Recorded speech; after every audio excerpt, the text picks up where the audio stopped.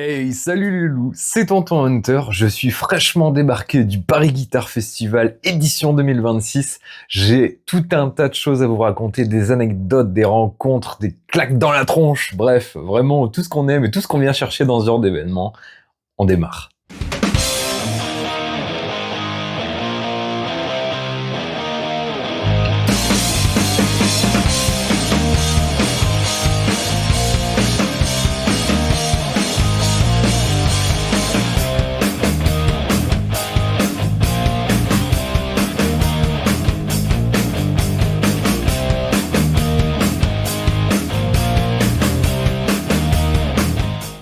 Et ouais, ça y est, je suis rentré hier soir de Paris. Ça a été un long périple, mais en même temps un périple qui vaut le coup parce que il a été encore riche en émotions, riche en découvertes. Et puis c'est un petit peu l'esprit colo de vacances, hein. On retrouve les copains qu'on voit parfois qu'une fois par an là-bas. C'est l'occasion de voir plein de marques incroyables, des artisans. Donc vous savez que c'est quelque chose qui me touche particulièrement et qui est forcément assez représentatif de la chaîne, vu qu'on essaie un peu de mettre en avant tous ceux qui se bougent comme ça pour vivre de leur art, pour donner leurs propositions, et puis pour montrer un petit peu de quel bois ils se chauffent. C'est un petit peu le cas vu qu'il y avait plein de luthiers. Donc ça a été vraiment l'occasion pour moi tout simplement d'y retourner, puisque l'année dernière ça avait déjà été un franc succès. L'année dernière, je vous rappelle que j'y étais allé sur place pour travailler, et notamment avec les copains d'AMS et de Denzo.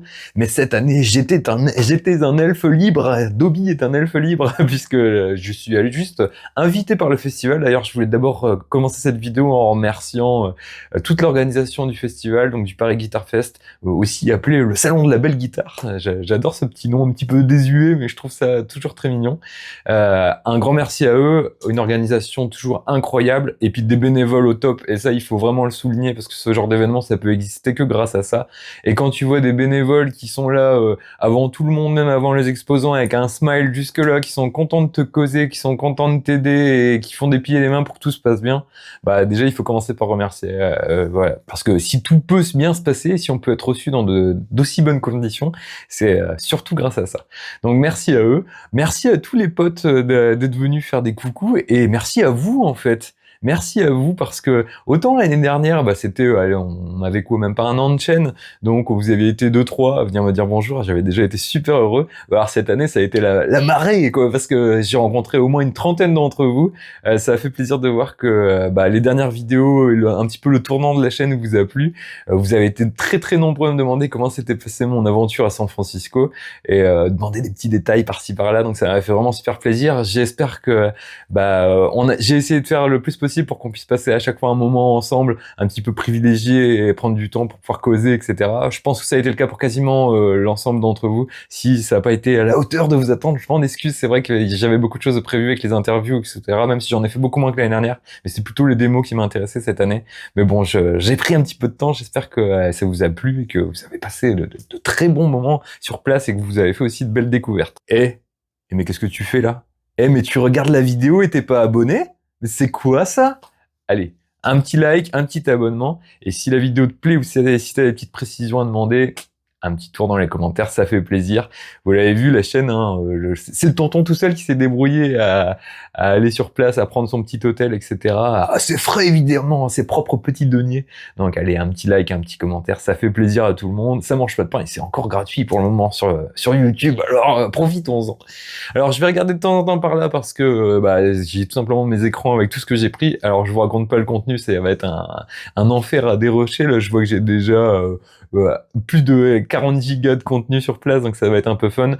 Cette année, c'est ce que je disais, j'ai fait un petit peu moins d'interviews, mais je me suis concentré un peu plus sur les démos, parce que je me suis rendu compte que c'était un petit peu ça qui vous intéressait. Et puis c'est aussi pour que vous puissiez être comme si vous étiez sur place. Je sais que vous avez été nombreux malheureusement à pas pouvoir faire le déplacement, donc c'est l'occasion pour moi de partager mes découvertes avec vous, et puis vous montrer les artistes un petit peu qui sont venus faire des démos. Alors c'est pas l'idée est pas toujours de juste de vendre un produit. Vous savez bien que moi, ce qui m'intéresse, c'est surtout de voir un petit peu des marques qu'on connaît ou qu'on aimerait bien découvrir un petit peu plus, les nouvelles sorties, parce que on est quand même des geeks de matos, hein, c'est un petit peu l'esprit de la chaîne, donc évidemment c'est un contenu qui nous intéresse particulièrement.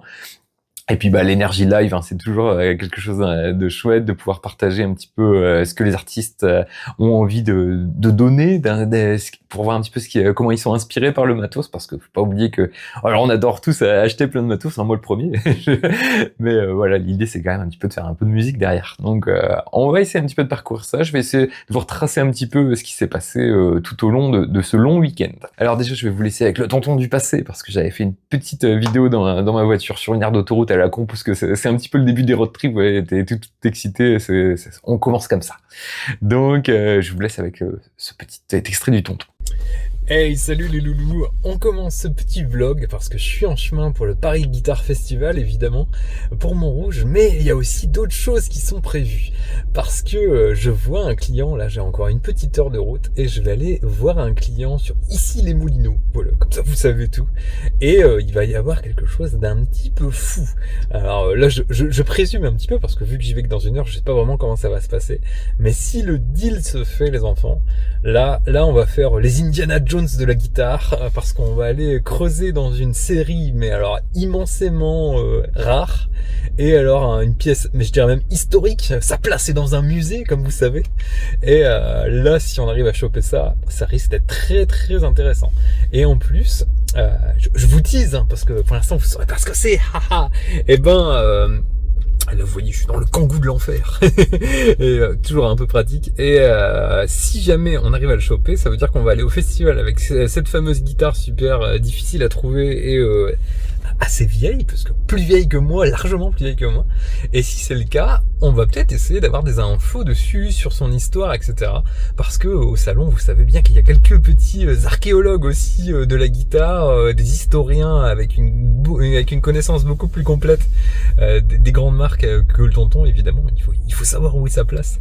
Donc ça pourrait être aussi fun de se balader un petit peu avec et d'aller voir si les copains de chez Epcat, par exemple, je pense à Sully qui travaille souvent sur des guitares vintage, ou même peut-être le grand Julien Bitoun qui a écrit des ouvrages sur des grandes marques et sur des grandes guitares, pourrait peut-être nous renseigner sur les époques, sur un petit peu comment ce modèle est arrivé dans la gamme, etc. Bref, il va y avoir pas mal de choses qui vont se passer. Je sais pas du tout encore, je vais être franc avec vous, j'ai absolument rien prévu de ce week-end. Donc j'ai juste booké mon hôtel et puis je viens pendant 3 jours. En plus le festival me fait le plaisir de m'inviter en tant que presse. Donc ça va être l'occasion de voir des copains, ça c'est sûr. Et puis on verra est-ce qu'il va y avoir des petites merveilles qui vont nous épater, et puis est-ce qu'on va avoir la chance de faire plein d'interviews. Ça, l'avenir nous le dira. Si vous voyez que la vidéo fait plus de 30 minutes, il y a de fortes chances qu'il nous soit arrivé de belles aventures. Allez, on se prend pour la suite. Donc voilà, je peux vous dire que le deal s'est extrêmement bien passé parce que Tristan a été adorable, on s'est vraiment bien entendu, on a papoté musique et puis pas que, un petit plein de choses. Il m'a reçu dans son appart à Paris, c'était vraiment très très cool. D'ailleurs merci à lui, s'il passe par là, je le salue. J'ai passé un bon moment en sa compagnie, on devait se voir sur le salon, finalement ça s'est pas fait.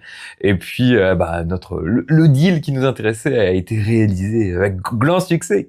Donc tout va bien, vous allez voir, j'ai récupéré des trucs là derrière moi, il y a des choses, mais c'est incroyable. Là, on est en train de péter encore des scores pour la chaîne. Et puis vous aussi, vous pétez des scores, hein, parce que j'ai reçu une guitare la semaine dernière. J'ai envoyé juste une photo à 3 potes, juste comme ça, parce que je sais que c'est des marques qu'ils aiment. Et il y en a une qui est déjà partie, donc j'ai même pas le temps de faire des vidéos quoi que ce soit. Hop, c'est parti. Et là, je viens de récolter un truc complètement dingo. Sur le salon, j'ai pu aller faire authentifier des choses, faire dater des choses avec des copains. D'ailleurs, vous avez vu, j'ai mis une belle casquette Epcat Pickups. Donc, un petit coucou à notre Sully national. Travail d'orfèvrerie, probablement le meilleur fabricant de micros en France et dans le monde francophone, et peut-être même même dans le monde, hein, parce qu'il commence clairement à se faire une place un petit peu au soleil, bien méritée, parce que à force de travail et puis de talent surtout, hein, il faut le dire. Il le dira pas lui-même parce qu'il est bien trop humble, donc il faut que quelqu'un le fasse. Et bon, je suis loin d'être le seul. Hein. Et puis j'ai pu croiser plein de potes, hein. Ça a été l'occasion de voir Ludo de Guitare Extrême, que je salue aussi parce qu'il a été adorable avec moi tout le week-end. Il m'a présenté plein de gens et tout. C'est un petit peu les mamans entremetteuses, tu vois. C'est bien, vous connaissez mon fils, il est beau, hein. Il fait ça et tout. Mais je suis sûr que ça pourrait te plaire. Lui, il a des guitares de fou. Je pense que vous pourrez bien vous entendre et tout. Donc voilà, il a pris un peu les deux, il fait no kiss, tu vois. Donc c'était fun. Merci Ludo pour tout, pour le week-end. Et puis j'ai croisé plein d'artistes que j'aime déjà, et puis plein de poteaux, comme je vous l'ai dit, c'est un peu l'esprit colonie de vacances. C'est l'occasion de revoir des gens qui sont un petit peu éloignés géographiquement et puis de passer des bons moments avec eux.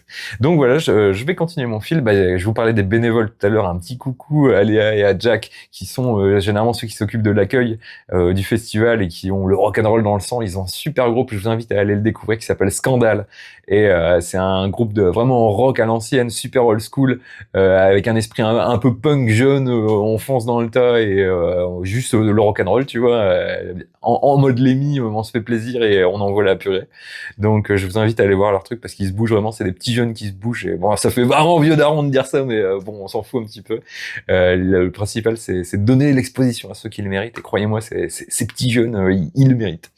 Donc voilà, j'ai récupéré mon hôtel tranquillou à Paris et je me suis dépêché d'aller au salon. Je suis arrivé peut-être 3/4 d'heure avant l'ouverture, donc j'ai vite été installer mon petit matos, mes petits micros et puis filmer un petit peu des choses pendant que les gens... Vous verrez de toute façon, quand il y aura des plans de coupe sur les stands, je les ai pris à chaque fois avant les ouvertures des salons. C'est pour ça qu'il n'y a pas grand monde sur les stands, parce que sinon en fait, je voulais pas les gêner les visiteurs tout simplement, pas gêner non plus les artisans qui sont là pour défendre leur boulot et qui ont pas forcément du temps pour les créateurs de contenu, ce que je comprends tout à fait. Et puis tout simplement pour envie d'emmerder mon monde et puis voilà, j'ai envie aussi de pouvoir profiter tout simplement un petit peu. C'est des moments précieux avant les ouvertures des salons, il y a que les pros, etc. Soit tu peux discuter avec eux, soit tu vois leur matos à ton aise, voilà, avec un bruit un peu moindre, etc. Donc c'est aussi agréable.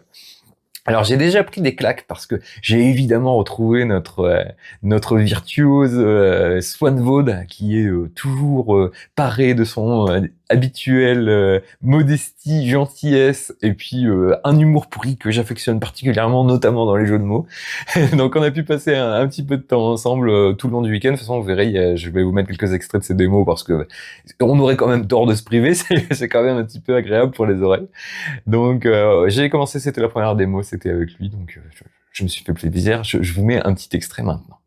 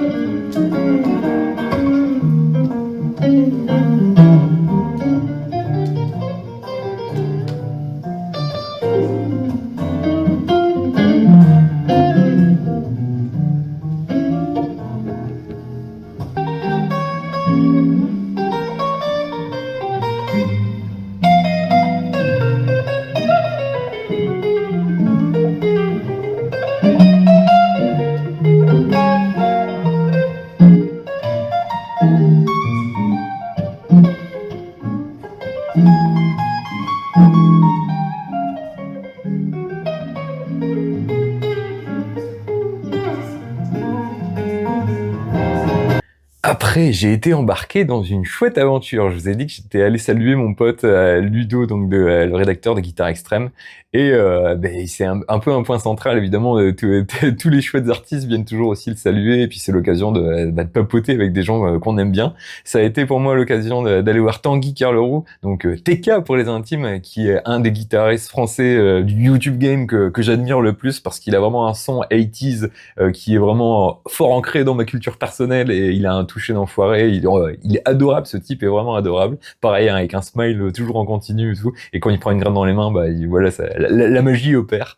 J'ai eu la chance de me rendre à ses côtés en salle d'essai. Il est allé essayer le nouveau, je sais pas si c'est un prototype ou un ampli fini de la marque Kelt qui va être leur ampli high gain. Et ce qui était très intéressant, c'est qu'il y avait un luthier américain qui était là, de Sully Guitars. Et il avait ramené un de ses bébés qu'il a fait essayer à TK. Donc dans cette salle d'essai, je vais vous montrer des extraits. J'ai pris une giga claque, il a envoyé la purée, on a joué un volume indécent et ça c'est vraiment ce que j'aime. Voilà, on pousse tout à burne et juste on envoie le bois. Voilà, je vous mets des extraits maintenant.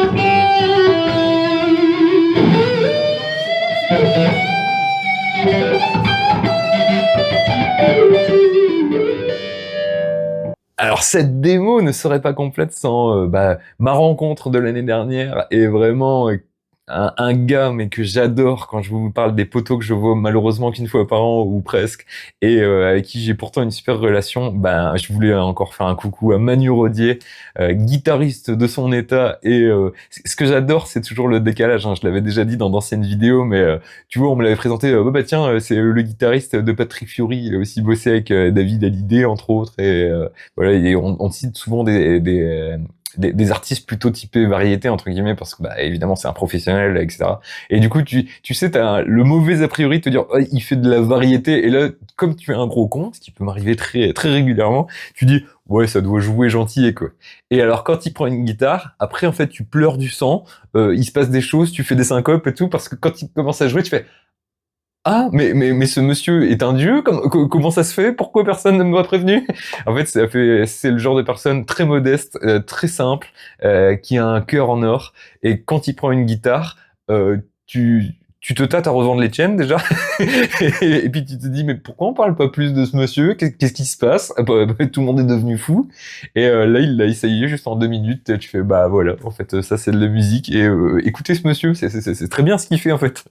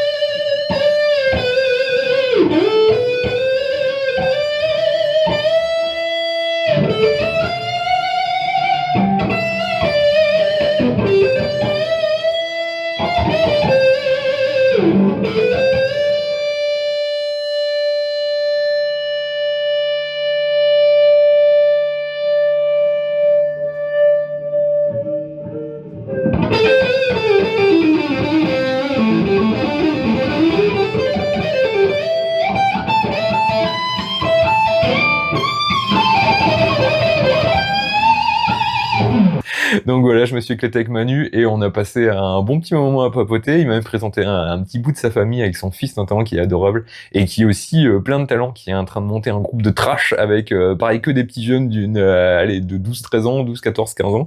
Et j'ai vu des morceaux de répète, les gars m'explosent déjà. et ils ont vraiment la fougue de la jeunesse à mort. Et puis tu vois que ça tartine quoi. Comme on aime. Vous allez voir, de toute façon c'est un terme qui va revenir souvent dans la vidéo. Il y a eu de la bonne tartinade ce week-end sans problème. Hein. Tout, salade, tomate, oignon, chef, il y a eu vraiment de tout. Et justement, Manu me dit viens, je donne en ce moment des cours de guitare à un petit jeune, je sais pas si tu le connais, il s'appelle Jesse Guitars. Et déjà, il a dit les mots magiques pour moi. Il m'a dit ce gars, en fait, ce gamin, désolé, il a 13 ans, donc c'est quand même un gamin. Ce gamin a un groupe de reprises de Kiss. Déjà, je me dis oh, des gosses qui reprennent Kiss. Alors là, déjà, je suis fan de Kiss, donc évidemment, ça a parlé à mon petit cœur de rocker. Donc, il dit, ah, viens, on va aller voir la démo. Tu vas voir, il fait une démo pour Cort et puis pour l'année, je crois. Et tu vas voir, il a vraiment le rock dans le sang et je peux te dire qu'il balance. Tiens. Et là, pareil, donc je me mets dans le fond de la salle avec lui et on commence à regarder la démo de Jesse et on a pris des claques. Je vous mets quelques extraits.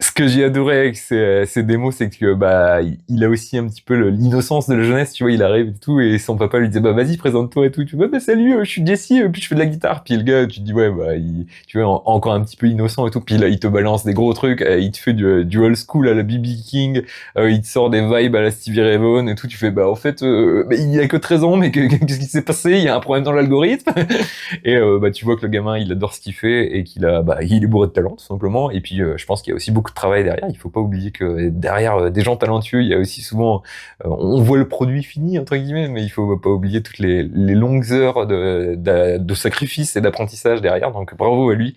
Et s'il continue sur cette lancée, il va sûrement lui arriver de très belles choses. Et ce que j'aimais bien, comme je vous disais, un Manu dans toute sa simplicité, il avait vraiment la tête du papa super fier. Alors que c'est pas son fils, hein, mais avec un grand sourire. Et puis à chaque fois qu'il disait, oh, t'as entendu le phrasé là, oh, trop bien. Et puis alors quand il a commencé à shredder un petit peu plus, il fait, ah ça c'est moi qui l'ai montré et tout. C'était trop bien. Mais pas, tu sais, pas en mode je me la pète, au contraire en mode oh je suis trop fier, il y arrive, il bosse et tout.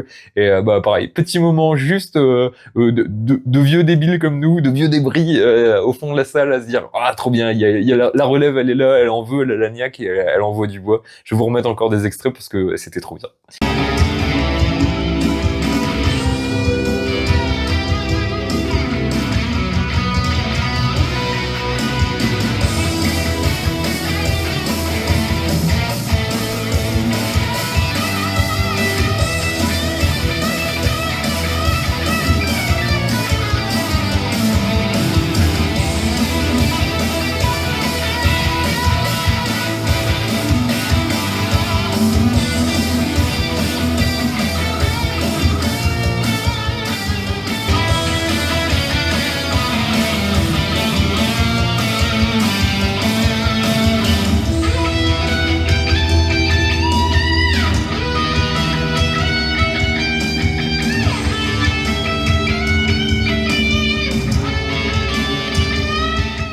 Alors après, autant de rock'n'roll pour une première journée qui était normalement assez courte sur le salon, on est allé se faire un petit gueuleton. Vous savez aussi que c'est un peu prétexte, hein, je vous l'ai dit, toujours dans l'esprit colo, quand on revoit les copains, le soir on va se faire une bonne bouffe, on se boit quelques coups, parce qu'on n'est pas des bêtes, même si c'est le seul écart que j'aurais fait du salon. J'ai tenu ma jet, parce que on perd pas de vue les objectifs. Et donc je me suis fait plaisir avec évidemment Ben et Antoine d'AMS, qui sont évidemment plus que des amis maintenant. Et j'ai eu le petit bonheur d'aller à un super resto italien et en face de moi il y avait Swan et Swanny, deux amis, hein, je dirais, parce qu'à chaque fois qu'on se voit on a l'occasion justement de se faire ce genre de petit dîner et de partager notre vague à l'âme, nos inspirations, nos envies du moment, et toujours dans la simplicité, la modestie. Ça fait toujours plaisir d'être à la table avec des gars qui vivent de la musique et qui méritent bien de le faire et qui s'investissent à fond dans leur passion et dans leur métier. Et c'était l'occasion aussi pour moi de voir Swanny, qui vient de sortir un super livre qui est batteuse de son état, batteuse de session notamment, et puis de studio, qui a plein de groupes, plein de projets, qui est rayonnante et qui a sorti du coup un livre sur sa passion, qui je crois qu'il s'appelle Je suis batteuse, ou un truc comme ça. En tout cas, je vous mettrai un insert de son livre. Si c'est un sujet qui vous intéresse, je ne saurais trop que vous conseiller de vous le procurer. Et puis ça me fait plaisir de voir des intermittents qui sont toujours autant passionnés par leur job, qui sont pas dans la désillusion, etc. et qui surtout affrontent les écarts de la vie avec le sourire et qui foncent toujours dans de nouveaux projets plus amusants les uns que les autres. Donc voilà, petit moment à la cool où on s'est à la cool jusqu'à 3 heures du mat quand même. Mais voilà, ça fait partie aussi des anecdotes de salon. Ça m'a permis aussi de rencontrer David de Carnum.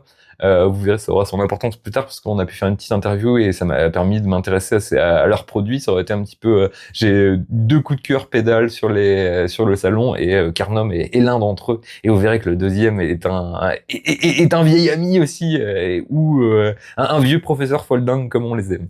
Alors après deuxième jour, on s'est levé à la fraîche parce que voilà, il faut quand même se donner. Et puis tout simplement, pareil, hein, je me suis pointé un petit peu avant sur le festival et je vous mets donc le petit tour du premier étage avant qu'il y ait du monde et avec des petits, comme ça vous verrez les petites merveilles qui étaient présentées.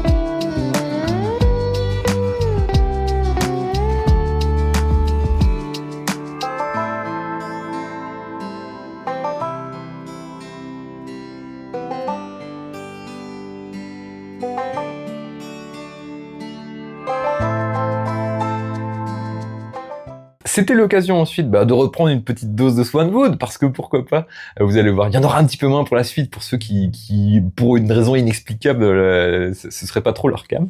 Là, c'était une démo évidemment pour le Hurricane, puisque Swan est endorsé chez AMS, donc évidemment quand des amis joignent leurs forces tels des Power Rangers de la musique, je me dois d'être présent. Vous allez voir, je vous mets un petit extrait aussi de la belle beauté que nous a fait Swan.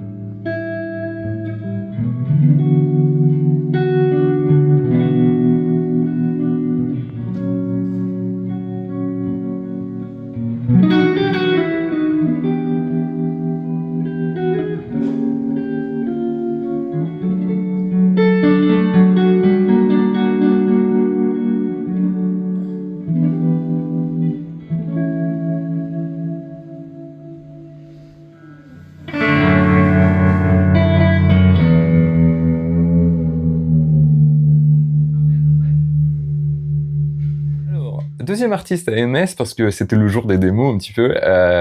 Quelque chose que j'aime beaucoup aussi, qui est beaucoup plus old school, qui est un petit peu une vieille âme comme ça. J'ai eu l'occasion d'aller voir une petite démo de Norbert Gallo, artiste belge qui a aussi de belles choses à raconter. Je vous mets un extrait de sa démo maintenant.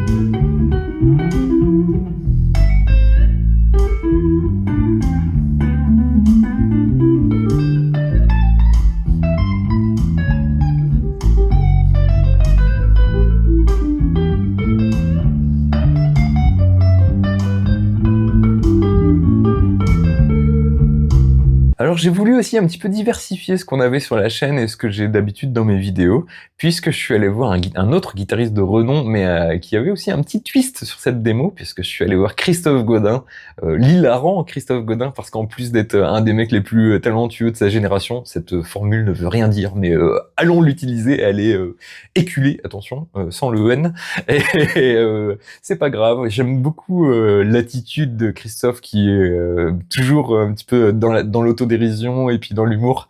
On a passé un super moment, tu sais que tu vas pas t'emmerder à ces démos, déjà parce qu'il joue comme un ouf, mais aussi parce que c'est un passionné de l'instrument et qu'il a toujours une approche très intéressante et assez originale à la fois de la musique et aussi, tout simplement, c'est quelqu'un de profondément humain et c'est toujours un plaisir de le croiser quelque part. Donc il nous a présenté une guitare d'ailleurs qui est très très dans l'innovation, etc. On est sur une guitare complètement hybride qui fait en fait acoustique et électrique en même temps. Donc je vais vous laisser l'expliquer un petit vraiment mieux que moi. En tout cas, vous allez voir, il y a deux sorties, donc une sortie électrique et une sortie acoustique. Et en fait, le point de vue intéressant, c'est que déjà tu as plusieurs micros avec un piezo, mais pas que. Tu as aussi des micros, des trucs magnétiques, etc. Et en fait, tu peux blender les trois micros de la guitare et tu peux même superposer les micros acoustiques avec les micros électriques. Et ça donne vraiment un résultat de ouf. Je vous mets donc une petite compilation de moments de la démo de Christophe Godin, parce que évidemment, j'aurais pu tout laisser, hein, parce qu'il y avait évidemment rien acheté. J'ai créé un concept super intéressant d'avoir superposé en fait deux guitares, une guitare électrique et une guitare acoustique. Alors ce qui est intéressant, c'est dans le concept, ils ont gardé le système. Il y a un système très particulier. Moi, je joue sur une acoustique Paul Clark qui a ce système qui est vachement intéressant parce que c'est trois micros qui travaillent simultanément. Donc, il y a un magnétique sous le micro, il y a un piezo sous le chevalet et il y a un micro de caisse à l'intérieur, donc qui permet d'avoir une vraie prise de son acoustique. Et c'est assez étonnant parce que c'est vrai qu'en général, les électroacoustiques, on est toujours obligé d'avoir une espèce de compromis dans le son, pour pas que justement la guitare ne résonne et des problèmes de feedback, etc. Et là, en fait, avec ce système, c'est vachement intéressant. Je vais vous faire écouter un peu la partie acoustique seule. On a vraiment une prise de son très naturelle. Alors, en fait, ce qui est intéressant, c'est que vous pouvez utiliser un bouton pour faire la balance. Je vais vous faire écouter chaque micro séparément. Là, vous allez entendre le micro vraiment le magnétique. Pas terrible parce que justement l'idée ça va être de construire le son avec plusieurs micros qui s'empilent.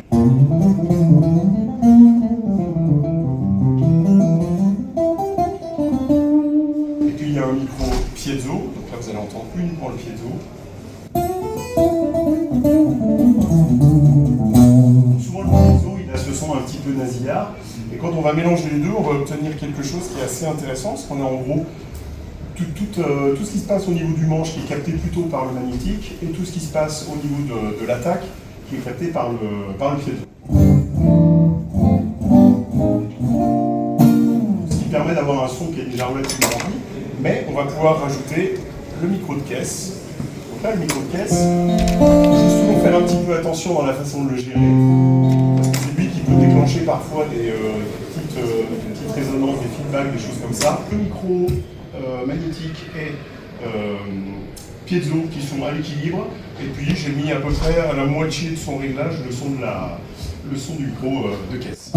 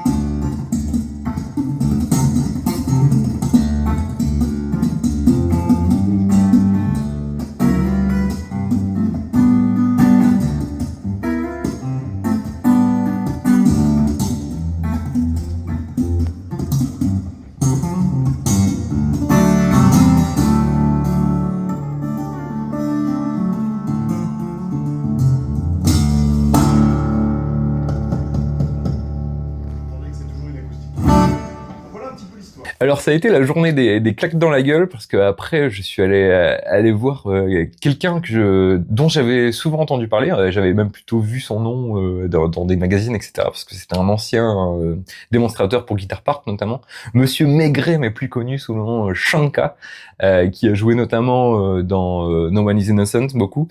Et qui a aussi son projet qui s'appelle 6 Million Pennies ou quelque chose comme ça. Je vous mettrai le nom, peut-être que je l'ai un petit peu écorché, et si c'est le cas, je m'en excuse. Alors ça a été, je pense que c'est dans mon top 3 des démos du week-end en entier, parce que bah aussi peut-être le goût frais de la découverte. Le mec est arrivé, déjà brut de pomme, pas de bullshit, pas de blabla, il s'est à peine présenté parce qu'en fait il était là pour faire de la musique, et ça s'est entendu tout de suite, et il nous a balancé un truc de fou. Donc il lui était là pour les guitares Daguet et aussi Roadrunner, et comme je vous l'ai dit, il nous a envoyé du gigabois, parce que il nous a envoyé un espèce de mélange complètement obscur entre du slide, blues, swampy, tout ce que tu veux, donc côté vraiment ultra Louisiane, Southern vibe à mort, et quelque chose de beaucoup plus moderne, à la fois dans les lyrics et à la fois dans l'approche, parce qu'il y avait aussi du gros beat derrière.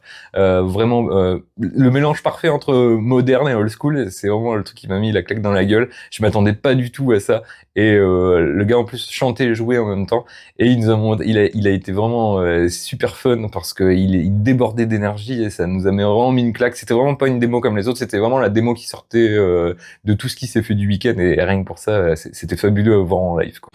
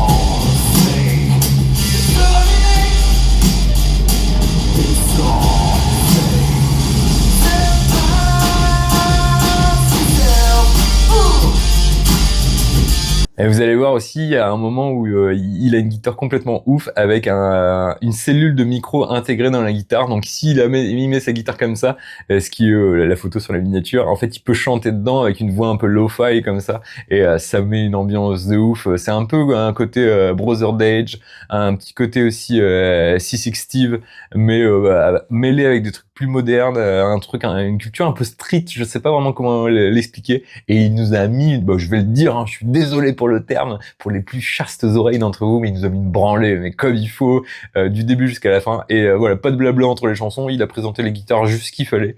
Donc comme je vous l'ai dit, il le présentait pour Daguet Guitar et puis pour Roadrunner. Et je peux te dire qu'il a fait honneur aux marques qu'il représentait parce qu'il a mis une clacasse. Allez, viens Dame Ginette, je vais te mettre une clac-clac là. Une claquade. Là, franchement, c'était incroyable. Bravo à lui. Silence, maintenant, ou tu vas prendre une claquade. Donc j'ai enchaîné la démo de Shanka avec une petite rencontre abonnée, parce que j'ai rencontré plusieurs d'entre vous à ce moment-là. Ça a été un petit bonheur d'aller me balader un peu dans le salon avec certains d'entre vous. Et puis en plus, certains d'entre vous avaient craqué, notamment un copain qui avait craqué sur une Stan guitare de toute beauté. Donc félicitations à lui, le nouveau Bobby Bay qu'il a récupéré, il n'est pas piqué des hannetons, comme dirait absolument plus personne de nos jours. C'était vraiment un bon moment de partage. Et en sortant de cette salle, donc avec mon petit copain abonné, j'ai pu aussi croiser du coup Palf, donc Alexandre Hernandez, qui était là en train de descendre avec Swan. Donc je suis retourné prestement dans la salle parce qu'ils ont tourné un petit épisode de Palf en fait sur place. Ça a été l'occasion de revenir un petit peu sur l'histoire de leur amitié de la chaîne. Donc je vous mets un tout petit extrait. C'est tout plus l'occasion de faire un petit clin d'œil aux copains d'ailleurs, que je salue s'ils passent par là. Il est sur les réseaux, il voit une pédale, il dit ah tiens, et il craque à 2h du mat. Voilà, il craque à 2h du mat, et après je reçois un mail de son équipe. Ah Alex, dans le dernier album, il y a la Element de partout. Okay. Ça fait plaisir un peu.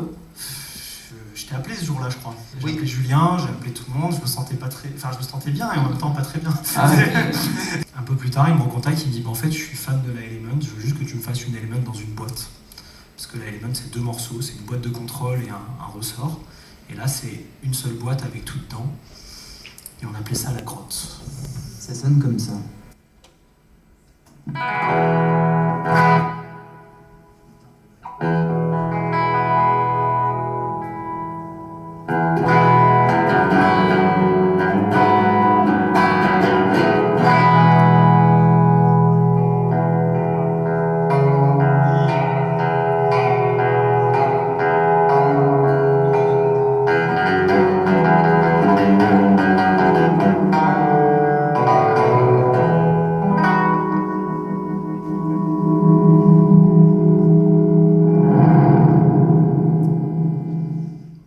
Ce truc complètement délirant, mais quand même utilisable.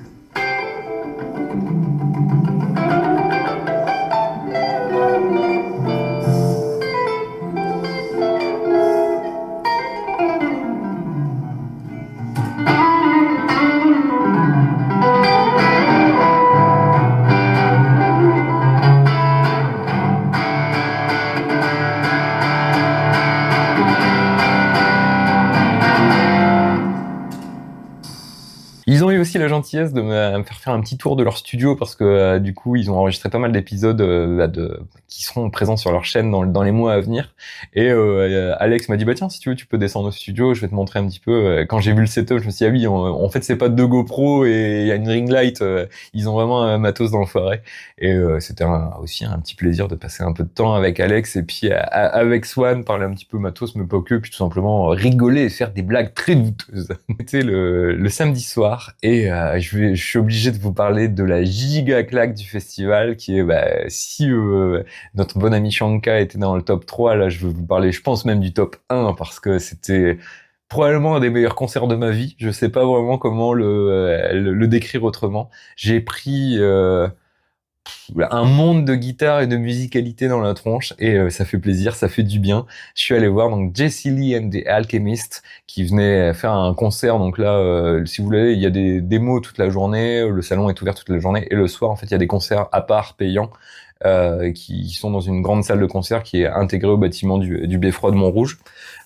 Et j'avais pris ma place déjà parce que je voulais soutenir et que je voulais pas juste faire l'invité de luxe à la con, et puis parce que c'est pas mon style. Donc j'avais payé mon petit billet et je me suis pointé un petit peu en avance pour avoir une bonne place, et Dieu sait que j'ai eu raison parce que c'était fantastique. En fait, pour ceux qui connaîtraient pas ce groupe, déjà, s'il vous plaît, rendez-vous service. Checkez les dates de la tournée, je vais voir si je peux pas trouver un flyer avec des dates ou je sais pas quoi. Surtout si ça passe près de chez vous, même si vous devez faire 1 heure et demie de bagnole. Franchement, faites-le, s'il vous plaît. Rendez-vous service, faites-vous du bonheur à votre cœur, à votre âme, à votre musique. Allez-y. J'ai rarement pris un pied aussi monstre en allant à un concert.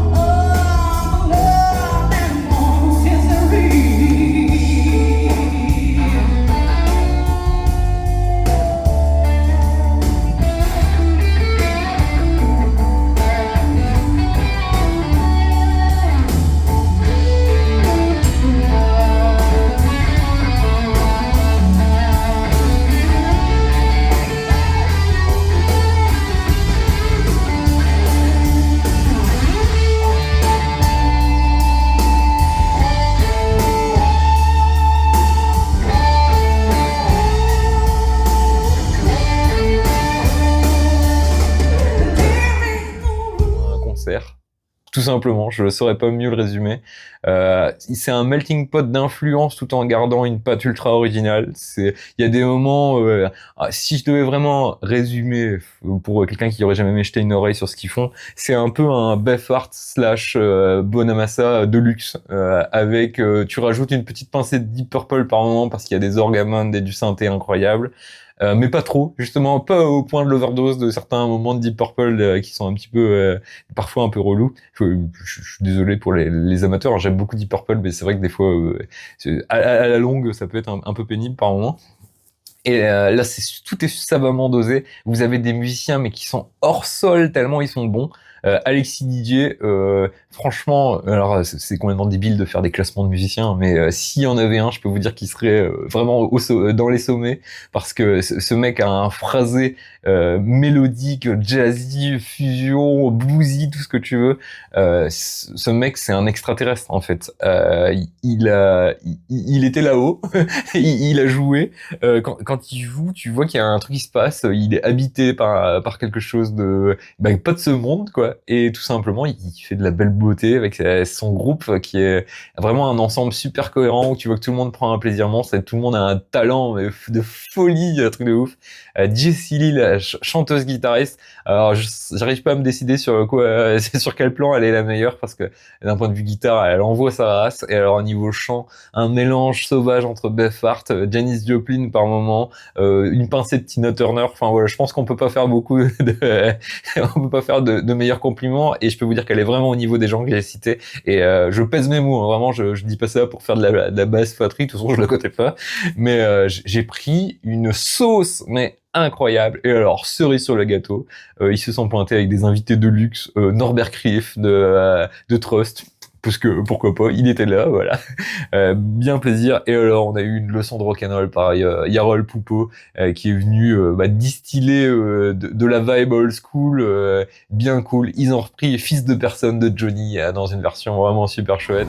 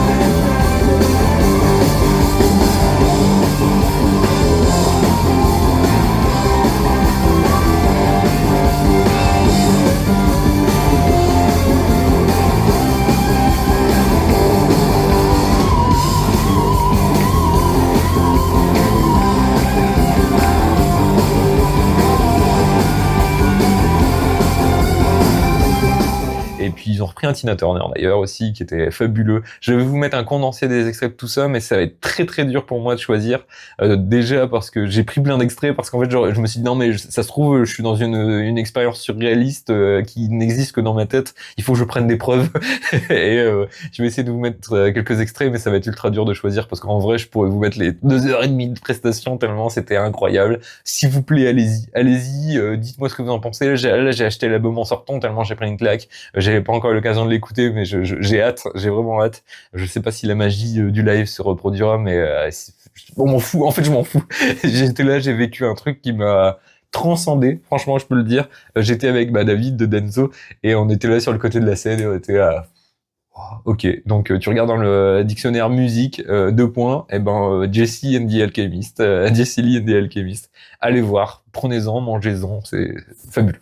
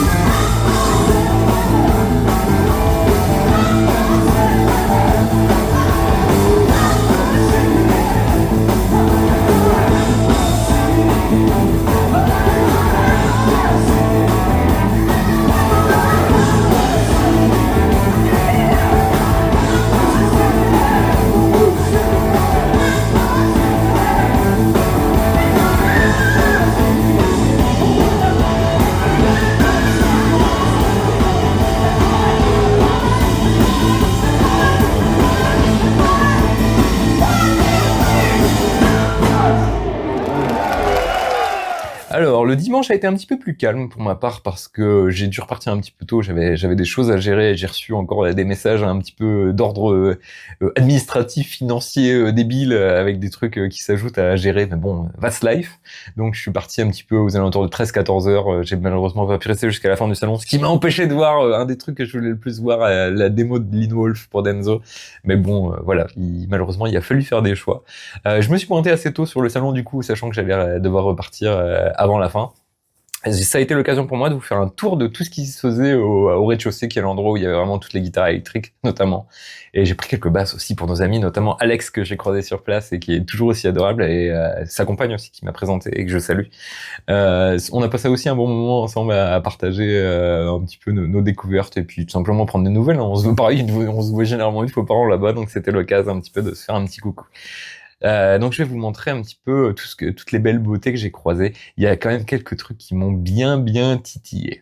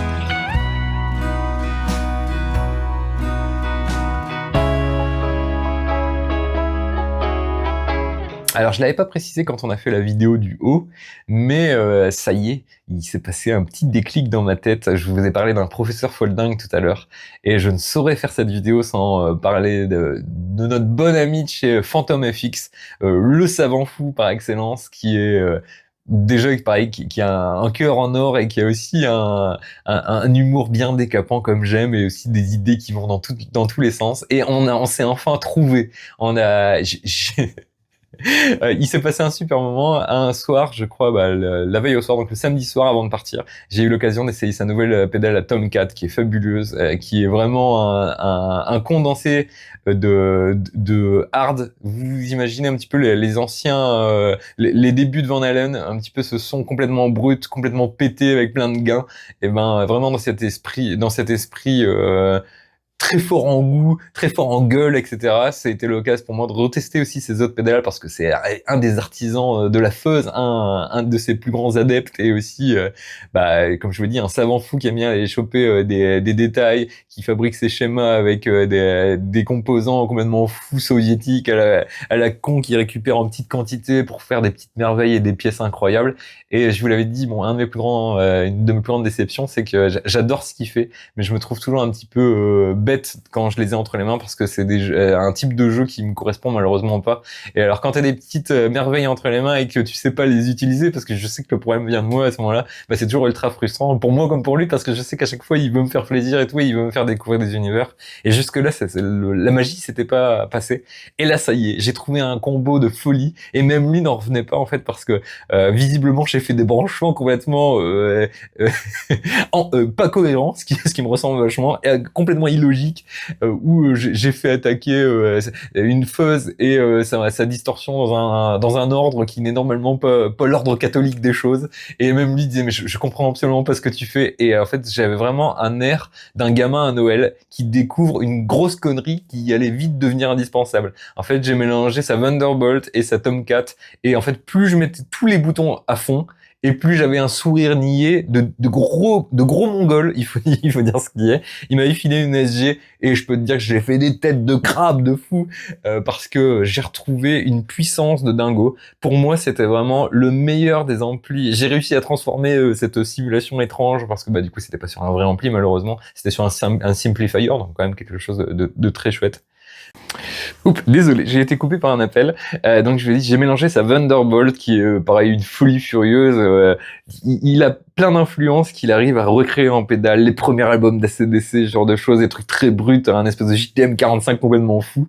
Et donc cette nouvelle disto, la Tomcat en plus, avec un chat noir qui joue de la guitare, des avions de chasse, des têtes de mort, bref, vraiment quelque chose qui me parle. Il y a un peu l'idée Top Gun, un peu désuète, un peu tout à fond et tout. C'est exactement ce qui s'est passé, parce que plus je mettais les potards à fond et plus je devenais fou. J'ai retrouvé un petit peu, vous voyez, il y a Sindinebag au-dessus de moi. J'ai retrouvé l'énergie des Pantera, complètement fou de Vulgar Display, avec des sons très puissants, très bruts, très accrocheurs. T'as des trucs qui t'as l'impression que c'est des qui rayent des tableaux. Et c'est exactement ce que j'ai retrouvé. J'ai fait du Slayer période Show No Mercy, donc avec ce mélange complètement improbable à la fin, avec une petite touche fuzzy incroyable. Ça y est, il est arrivé à me faire aimer une fuzz. Donc il va falloir qu'on creuse cette alchimie complètement improbable et mystérieuse. Et je peux vous dire que allez jeter un œil, allez écouter, mater des tests de tout ce qui se fait chez Phantom FX. Ce mec est un savant fou, et il est au service de votre créativité. Que dire de plus, quoi. Donc voilà, je vous avais vu aussi le tour de ce qui s'est fait un petit peu en bas. Après, j'ai un merveilleux projet dont j'aimerais vous faire part, puisque j'ai pu un peu boucler une boucle en faisant une interview avec Yann de chez Berg Guitars, qui était tout simplement la première interview de la chaîne il y a pratiquement maintenant 2 ans. On a bientôt fêté les 2 ans de la chaîne Ravnica. Et Yann a été le premier à m'offrir sa voix, à m'offrir sa sagesse pour me parler des projets de Berg.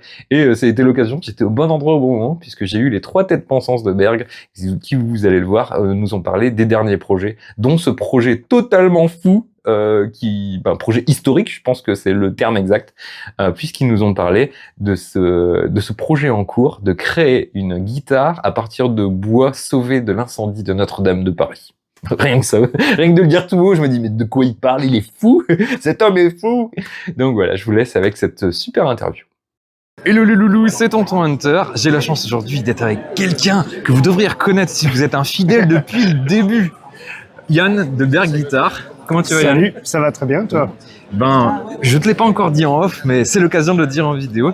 Pour les fidèles donc qui étaient là à mon tout premier vlog, donc au salon Atlas il y a 2 ans, je dirais. À Pigalle. À Pigalle. Donc le tout début de la chaîne vraiment Ravnica, et ben la première personne que j'ai interviewée ever, et ben c'était Yann. Donc voilà, on va bientôt fêter les 2 ans de la chaîne. Alors c'est un peu une manière de boucler la boucle, d'avoir la chance de te parler à nouveau. Merci beaucoup, ça me touche. Je t'en prie.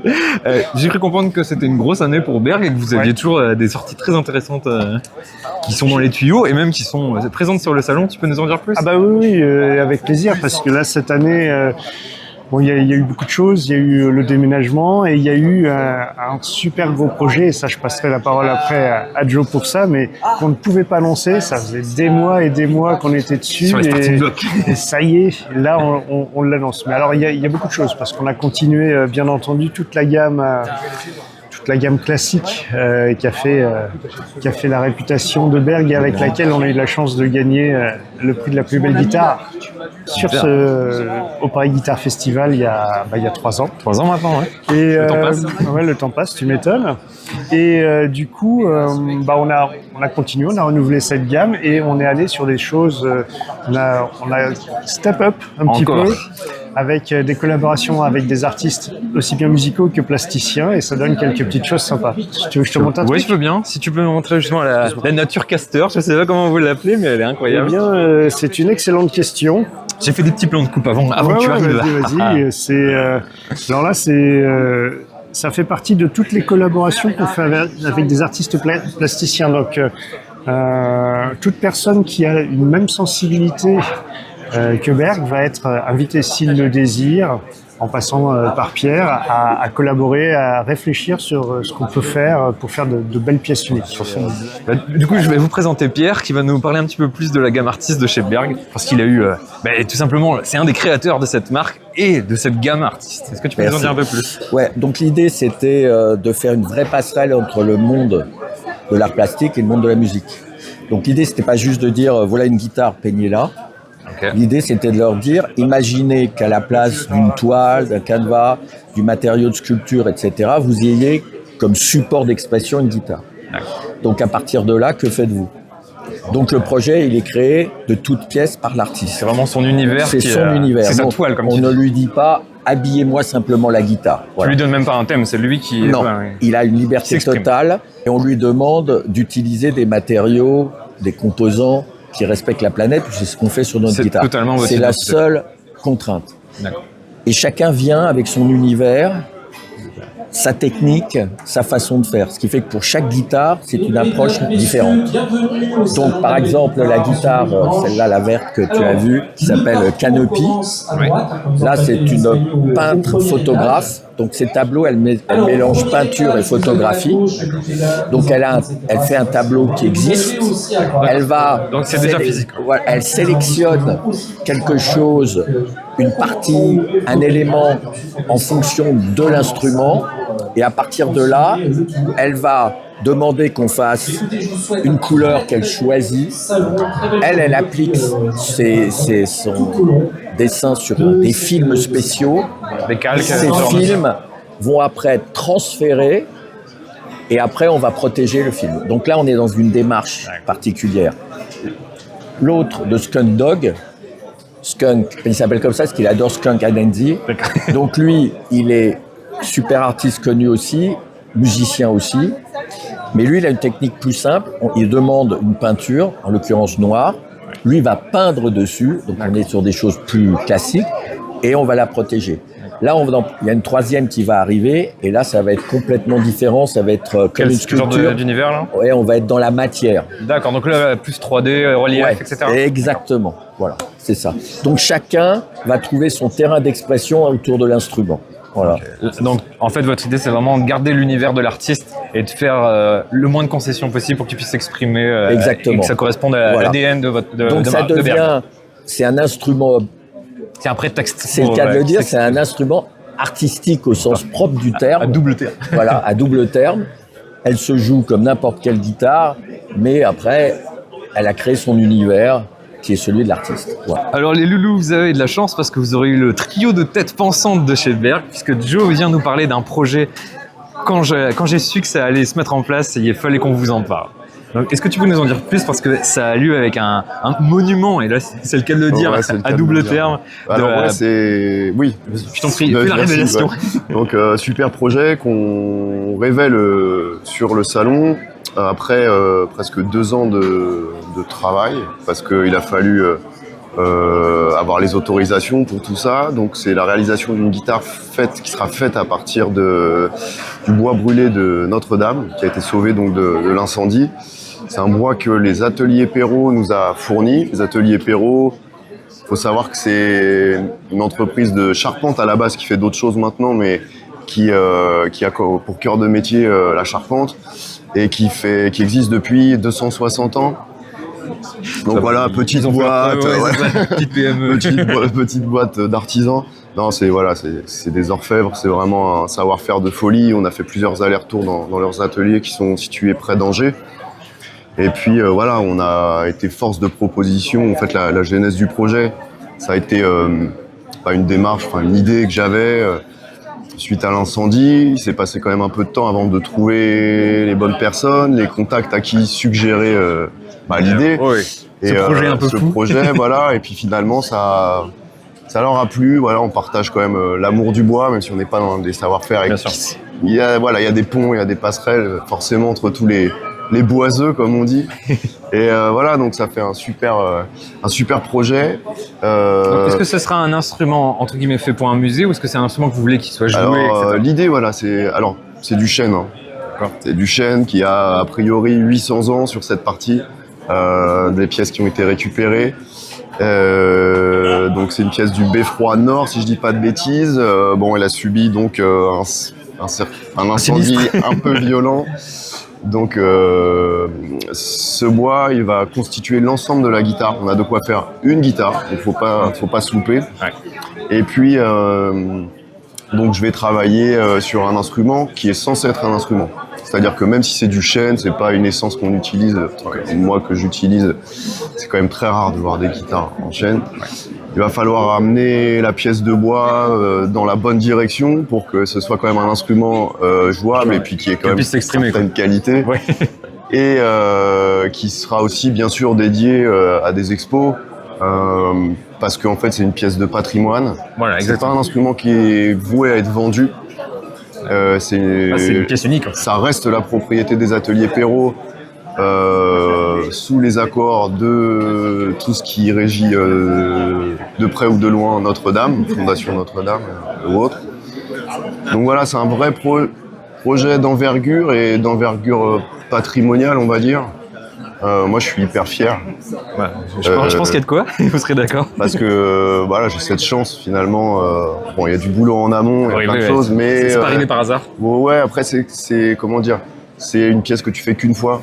Hier, je parlais avec des gens et qui m'ont dit, c'est un peu comme quand tu fais le compagnonnage au Tour de France et ça a plusieurs noms, pièce maîtresse ou c'est ton chef-d'œuvre. Bon, c'est ça.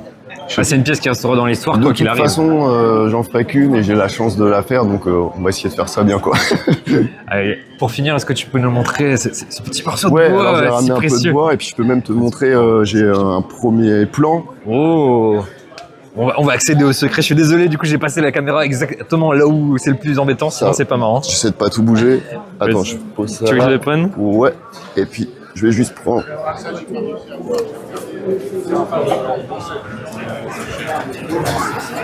Incroyable. Tac.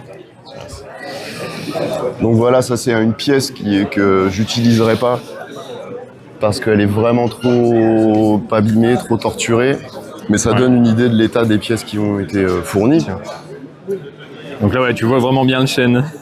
Ouais, là on voit le chêne quand la pièce est coupée. C'est vrai que ça, des bois qui ont cet âge-là et qui ont subi aussi ce genre d'événements.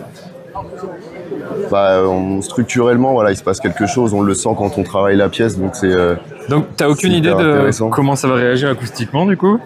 Pour le moment, c'est vraiment des pièces que le chêne, franchement, c'est pas un bois que j'utilise. Donc, mais je vois un peu la densité que ça a, et c'est ce que je disais tout à l'heure. Il va falloir amener la pièce dans la bonne direction. Donc, T'as déjà des pistes, t'as déjà creusé. il va falloir évider certaines parties, il va falloir dégraisser, on va dire ça comme ça. Voilà, de manière à ce que la guitare puisse avoir un mode vibratoire intéressant, quoi. Super. Est-ce que vous avez déjà... Ah, c'est peut-être un peu tôt pour dire ça, mais entre guillemets une date de sortie, quelque chose. Enfin, tu sais à peu près pour quel moment tu voudrais la finir. Normalement, le calendrier c'est prévu une sortie pour tout début avril. Ah ouais, d'accord. Donc là, on y est. Ouais, là, j'étais en préparation salon à fond, avec bien sûr ça en toile de fond, mais l'idée c'est de m'y mettre là tout de suite après le salon, réaliser la pièce sur le mois mars. Avril, sachant qu'il y a quand même pas mal de travail d'incrustation. Je vais te montrer ça sur le plan. Et je vais te laisser un peu plus de place pour que tu puisses. Et l'idée, c'est de terminer l'instrument, le montage en tout cas, dans les ateliers, chez Perrault. Perrault, voilà. C'est vraiment une collaboration finalement. Voilà, ça et pas juste qu'on puisse partager. Ouais, qu'on puisse partager aussi ce moment-là, parce que eux, ils sont hyper une belle confiance qui hyper engagés, et puis c'est vraiment cool de pouvoir faire ça, quoi. Tu m'as dit que vous aviez déjà tellement bien avancé que tu as même déjà des plans voilà, avec je peux vous montrer un peu l'ébauche du plan. Alors je vais essayer de me mettre, je sais pas si on va bien voir. Ça donne un peu une idée. Super. Je le déroule comme ça. J'essaie de faire ce que je peux. Voilà. Mais bon, tu vois, ça fait. Il y a toute une incrustation sur l'ensemble de la guitare en fait. Et t'as gardé forcément le thème cathédrale. Et en fait, c'est même le motif de la rosace sud. Parce que c'était l'idée que je leur ai proposée, ça leur a plu. Par contre, il fallait respecter exactement le motif. J'avais commencé et tout. Et puis surtout, j'avais commencé à chercher comment répartir les éléments qui composent le motif pour aller chercher quelque chose peut-être plus contemporain ou autre. Et en faisant ça, d'ailleurs, donc j'ai beaucoup travaillé avec Denis, avec qui je travaille beaucoup, je le cite parce que c'est important quand même. Denis Duchemin avec qui je travaille sur toutes les modélisations des guitares pour avoir les plans justement, qu'on puisse valider certaines choses avant de mettre les mains dans le cambouis. Et voilà, donc on fait un super boulot tous les deux. Et sur ce projet-là, notamment, il a fallu tout décortiquer, le motif, donc il s'est pris la tête, fallait tout faire en vectoriel, ainsi de suite. Et puis sur une toile entre guillemets réduite, parce que... Oui, c'est ça, donc il a fallu trouver la bonne proportion. On nous a dit à un moment, non, le motif, faut qu'il reste celui-ci, ok. Ce qui m'arrangeait finalement, parce qu'en fait, quand tu commences à toucher aux formes, tu sais, c'est des pièces qui sont faites avec le nombre d'or. Non, mais c'est ça. Et en fait, tu te rends compte ça jure à chaque fois, il y a un petit déséquilibre, ça va pas.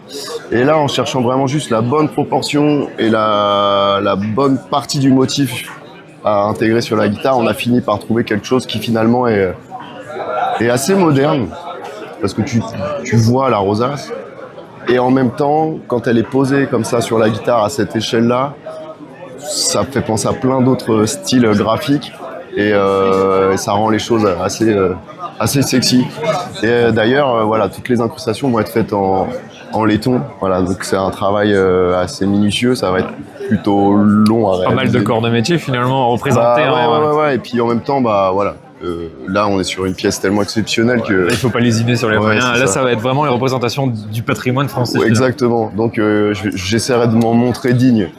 Ouais, j'en suis sûr. En tout cas, je vous souhaite beaucoup de réussite dans ce projet. Merci de nous avoir parlé. Merci à toi. Merci. Allez, les loups, on passe à la suite. Merci beaucoup. Voilà, que dire, projet historique, projet qui va rester dans le temps, probablement qui va survivre à la marque, qui va survivre et qui dépasse le simple cadre de la guitare. Là, on est vraiment sur une question de patrimoine français complètement fou. J'ai pu tenir dans mes petites mains potelées cet extrait de poutre de chêne de Notre-Dame de Paris, avec les mains pleines de cendres. Après, c'est une expérience sensorielle assez étrange et en même temps, je voulais vraiment remercier toute l'équipe de Berg d'avoir pris du temps pour moi, tout simplement avant l'ouverture du salon.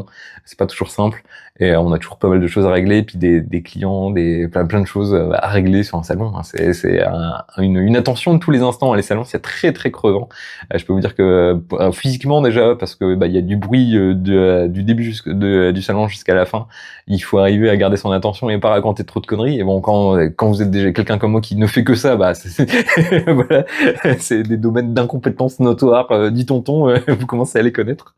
Donc voilà, je me suis éclaté, j'ai j'étais très content de pouvoir faire l'interview de Berg. Comme je vous l'ai dit, j'ai pas fait énormément d'interviews, mais je voulais vous parler de ça.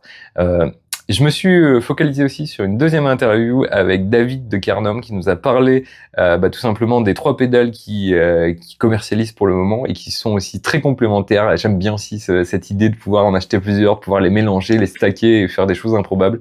Ça a été l'occasion d'aller voir Timothée Bertham qui est aussi un artiste AMS et que j'ai rencontré cette année sur le salon et avec qui j'ai pu papoter un petit peu et qui est venu faire la démo à la fois de l'Alpha 50. Donc il c'est forcément un homme de goût vu qu'il a choisi le même ampli que moi et bon, pour une fois c'est dans ce sens là, c'est moi qui ai eu le premier et il a eu le deuxième. Et surtout par contre il le fait chanter de manière incroyable et là pour le coup là il y a pas match.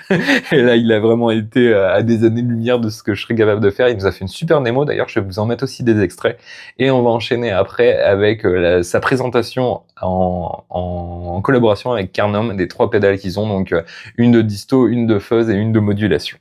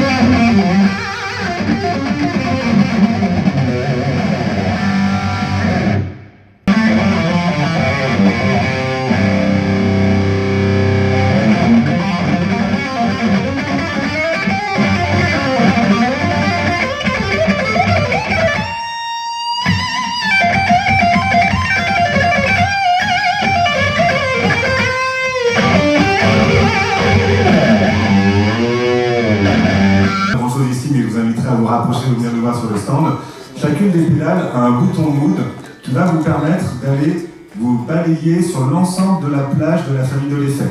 Donc, par exemple, sur la Ridge, les overdrive, on va couvrir tous les types de circuits clipping, en commençant par le clean boost. On va évoluer tranquillement sur les transparentes overdrive, type les Clown Centaur, les King of Tone. On va continuer sur les boost breakers, continuer sur la plage des tube screamers, continuer sur le high game et continuer jusqu'au arriver au maximum sur des sonorités vraiment fuzzy overdrive et tout ce qu'il y a entre. Sur la fuzz, on va pouvoir balayer toute l'histoire de la fuzz en commençant par les années 50 avec des amplis cassés, des amplis en train de brûler ou en panne d'électricité, caractéristiques des premiers sons de fuzz, pour ensuite évoluer sur les sons de vintage fuzz space. En continuant de monter, on arrive sur la plage des Big Muff, on continue sur des sonorités de fuzz plus modernes, un peu plus synthétiques, pour arriver au final sur la zone cosmique qui est, on a intégré dedans un ring modulator. Donc là, pour les plus joueurs d'entre vous, je vous invite à venir l'essayer, c'est assez drôle. On a un bouton Electricity qui va permettre d'ajouter une note qu'on va pouvoir descendre jusqu'à un octave en dessous et monter jusqu'à un octave au-dessus pour aller encore plus loin dans l'exploration du monde de la fuzz. Et enfin, la dernière pédale qui est l'ellipse, une pédale de modulation qui va couvrir l'ensemble des modulations classiques, allant du tremolo, du rotary, du chorus, du flanger, du phaser, de l'univibe. Et l'avantage, c'est qu'avec ce bouton Mood, on va évoluer de façon continue entre les effets, permettant ainsi de créer des états hybrides entre un tremolo et un rotary, entre un rotary et un chorus, entre un chorus et un flanger. Et là, du coup, on a une exploration de modulation infinie. Donc, assez parlé, maintenant, je vous propose d'entendre concrètement comment ça sonne.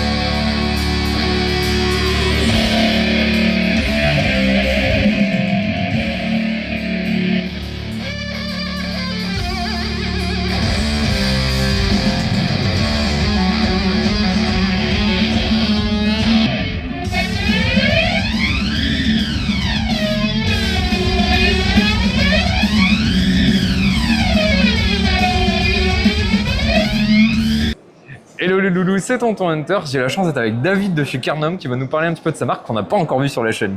Eh oui, bonjour Tonton Hunter, bonjour à tous. Bienvenue au Paris Guitar Festival. Donc Carnum est une marque française de pédales d'effets où nous fabriquons avec une technologie propriétaire 3 familles d'effets, des overdrive, des fuzz et des multimodulations. L'avantage de cette technologie permet en fait d'avoir un traitement du signal audio en analogique avec le comportement du circuit en digital. La chaleur et la réactivité du jeu en analogique.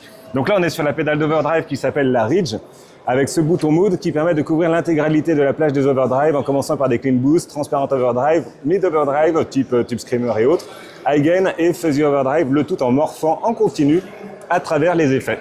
Voilà, 3 pédales, 3 familles. Et que du fun, donc on vous invite à venir les essayer si vous ne l'avez pas déjà fait. De toute façon, je vous mettrai les liens en dessous, vous allez voir. Donc, c'est des pédales où tu peux vraiment mettre une espèce de palette de couleurs, etc. D'où le bouton Mood. Et ça te permet vraiment de mettre la mélodie et vraiment l'esprit que tu veux mettre dans ta compo, quoi. Voilà, en fait, peu importe si on cherche à cloner des pédales d'effet existantes ou juste rechercher un son inspirant, vous pouvez retrouver et simplifier votre pédalboard en prenant une seule overdrive qui va couvrir l'ensemble de la famille des effets. Pareil pour la fuzz et pareil pour la modulation. Et quand tu dis modulation, qu'est-ce qu'il y a dans la pédale Alors la modulation permet de couvrir toutes les modulations classiques depuis trémolo, harmonique trémolo, rotary, chorus vibrato, flanger, phaser. C'est vraiment la boîte à outils, quoi. Ouais, Univibe. Et l'avantage par rapport aux modulations, c'est qu'avec le bouton Mood, on va morpher en continu entre les effets. Donc on va pas switcher d'un effet à l'autre, on va aller sur des états intermédiaires hybrides qu'on n'a pas d'habitude sur des pédales classiques. Alors je crois qu'il y a des super artistes qui ont rejoint ta marque. Est-ce que tu peux nous en parler un peu plus? Oui, merci. En fait, exactement. On a par exemple Nate Mendel, le bassiste des Foo Fighters, qui utilise la Moho, donc la fuzz, avec l'overdrive sur scène sur sa basse. On a aussi Rami Jaffe, le keyboardiste des Foo Fighters, qui utilise la Moho. On a Mick Jagger qui est en train d'enregistrer son album avec la Ridge Overdrive. On a Gojira aussi qui les utilise. On a Massive Attack, les Queen of the Stone Age. Palette très variée aussi. Voilà, palette variée. Ça marche à la fois sur les guitares, sur les basses, sur les synthés, sur les voix. Elles sont pilotables en MIDI, donc on peut aussi s'en servir pour mixer. Que demande le peuple. Voilà. Donc le mieux, c'est de les essayer ou de nous contacter sur Instagram. Super. En tout cas, merci pour ton temps, David. Et puis, allez checker Carnum, vous allez voir, il y a 3 pédales pour l'instant, mais ça promet du lourd. Merci. À bientôt. Extrême gros plan.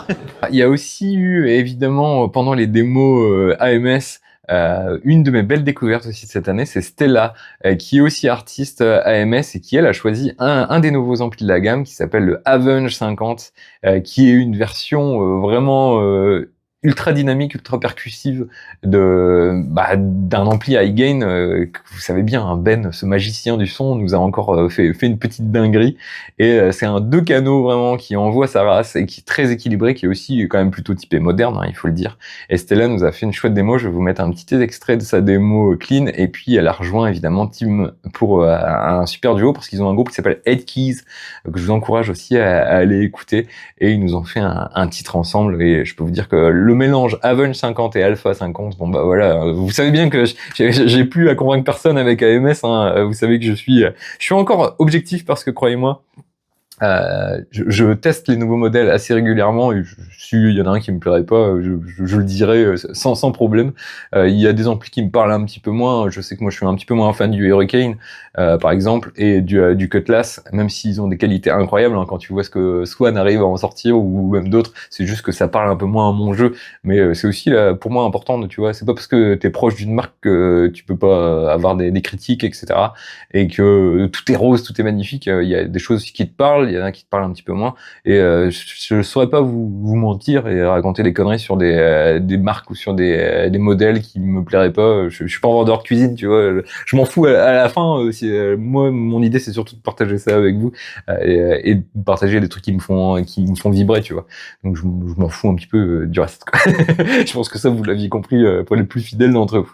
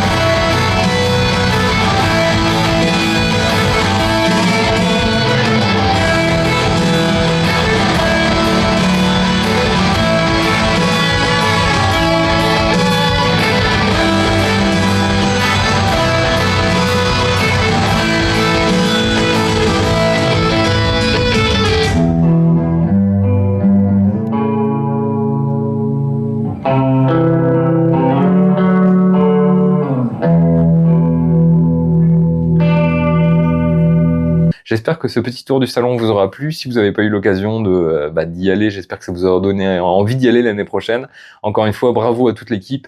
Merci à tous les loulous que j'ai pu croiser. Franchement, ça a fait chaud à mon petit cœur de tonton de voir que les vidéos, c'est pas que des chiffres. Il y a des vrais gens derrière, même si vous commentez très peu. Et ça, j'espère que ça va changer.